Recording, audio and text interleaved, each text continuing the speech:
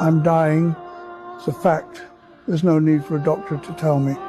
That farewell performance was something I insisted on doing. I don't want to disappear silently.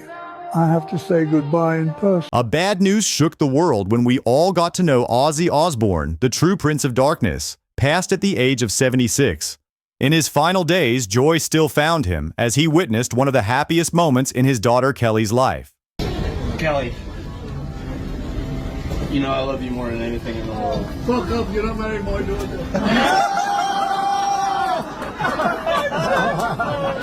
Nothing would make me happier than to spend the rest of my life with you. In front of your family and all of our friends. Kelly, will you marry me?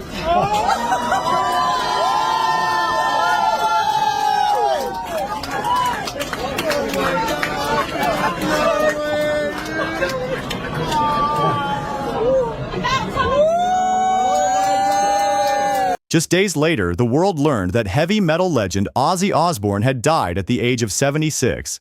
His family released a heartfelt statement. It is with more sadness than mere words can convey that our beloved Ozzy passed away this morning, surrounded by family and love. Ozzy was born John Michael Osbourne on December 3, 1948 in Aston, Birmingham, into a working-class family marked by hardship. He struggled with dyslexia, dropped out of school at 15, and drifted through menial jobs and even a spell in prison before discovering music. In 1968, he co-founded Black Sabbath with Tony Iommi, Geezer Butler, and Bill Ward, ushering in a new era of heavy metal with albums like Paranoid and Master of Reality, defined by dark riffs and occult imagery. Just weeks before his passing, he took the stage one final time, reuniting with his Black Sabbath bandmates for a farewell that felt like a last breath. So much love you, man. Love you too. And we'll fucking ride tomorrow. With his voice shaking and his soul bare, he sang. Tears streamed from fans' eyes, and everyone knew this wasn't just another concert, it was goodbye. With the help of his future wife and manager Sharon, Ozzy rebounded. His 1980 solo debut, Blizzard of Oz, introduced Crazy Train, a song whose opening riff remains one of the most recognizable in rock history.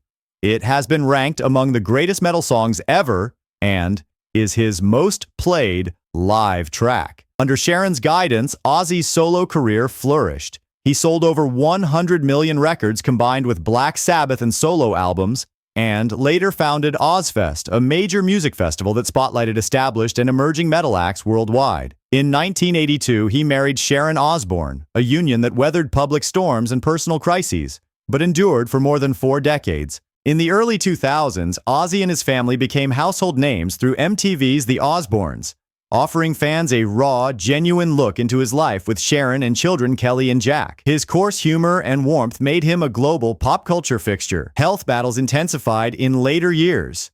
A near-fatal quad bike crash in 2003, a fall in 2019 that worsened previous spinal injuries, and Parkinson's disease publicly disclosed in 2020. All forced him to scale back. Multiple surgeries followed, but he refused to fade away quietly. On July 5, 2025, Ozzy took the stage for the final time with Black Sabbath at Villa Park, Birmingham, just miles from his childhood home.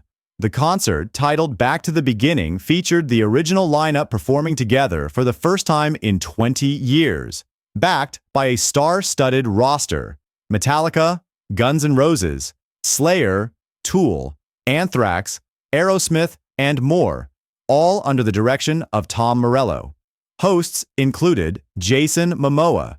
His raw, emotion-filled farewell left 40,000 fans in tears and millions more watching worldwide. Proceeds from the concert raised an estimated $180 to $200 million for Cure Parkinson's, Birmingham Children's Hospital, and Acorns Hospice.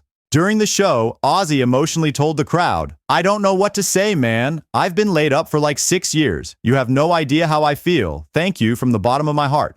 Just 17 days later, on July 22, 2025, Ozzy Osbourne passed away peacefully at home in Buckinghamshire, surrounded by Sharon and their children. His family's statement conveyed their overwhelming grief and requested privacy. Ozzy leaves behind a legacy unmatched. Twice inducted into the Rock and Roll Hall of Fame, honored with Lifetime Achievement Awards, and remembered for radical contributions to music and culture. His children, Kelly, Jack, Amy, and his older children, Jessica and Louie, mourn him along with countless fans worldwide. Also, the fellow artists shared their grief online, mourning the loss of a man who wasn't just a rock icon, but a mentor, a brother, and a force of nature. Tributes poured in from every corner of the music world, from rock legends to pop stars. Social media lit up with memories, stories, and heartfelt farewells to the one and only Ozzy Osbourne, known to many as the Prince of Darkness, but known to those closest to him as Pure Light. During her Mayhem Ball Tour stop in San Francisco, Lady Gaga honored Ozzy by closing the show with a cover of Crazy Train, her voice trembling with emotion as she wore a t-shirt bearing his name. The crowd roared, their voices joining hers in a powerful send-off. Other legendary bands joined the outpouring: Metallica, Foo Fighters, UB40, and Duran Duran. Metallica's message stood out. It's impossible to put into words what Ozzy Osbourne has meant to us. Hero, icon pioneer, inspiration, mentor, and above all, friend. Ozzy and Sharon believed in us. They transformed our lives and careers. He taught us how to play in the big leagues while still being warm, engaging, and all-around brilliant. We are heartbroken. Queen released a statement expressing deep sorrow. We are deeply saddened by the passing of the legendary artist Ozzy Osbourne. Our thoughts go out to his family, friends, and fans. His music will live on.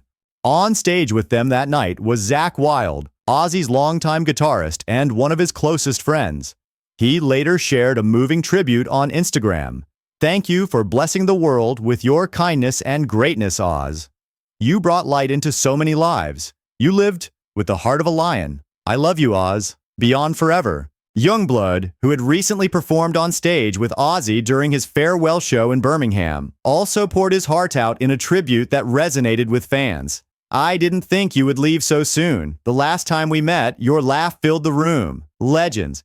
They know things we don't. You will be in every note I sing, every stage I step on. The cross you gave me is the most precious thing I own. You once asked me what you could do for me. The answer then and now is this: the music was enough. Scott Ian, guitarist for Anthrax, shared how just a week before Ozzy's death, they were laughing and reminiscing together backstage in Birmingham. He was in great spirits, cracking us up. This loss, it feels like a disturbance in the force. Even Sir Elton John took to Instagram to say goodbye. So sad to hear about Ozzy's passing. He was a dear friend, a massive trailblazer, and one of the funniest people I've ever met. I will miss him dearly. Judas Priest, fellow pioneers in the metal world, wrote, "Our hearts are broken like millions around the world. Words can't express the love and loss we are all feeling. Sharon, may God surround you and your beautiful family with love, peace, and light. Ozzy, you will never leave us. Your music is eternal." These tributes, each filled with raw emotion, speak to the depth of Ozzy's impact. Not just as a musician, but as a human being. His death has left a silence in the world of music, but the echo of his voice, his songs, and his spirit will never fade. So remembering the real Prince of Darkness. Comment down your favorite track of Ozzy and any memorable moment if any of you attended his live show. So remembering the real Prince of Darkness, comment down your favorite track of Ozzy and any memorable moment if any of you attended his live show.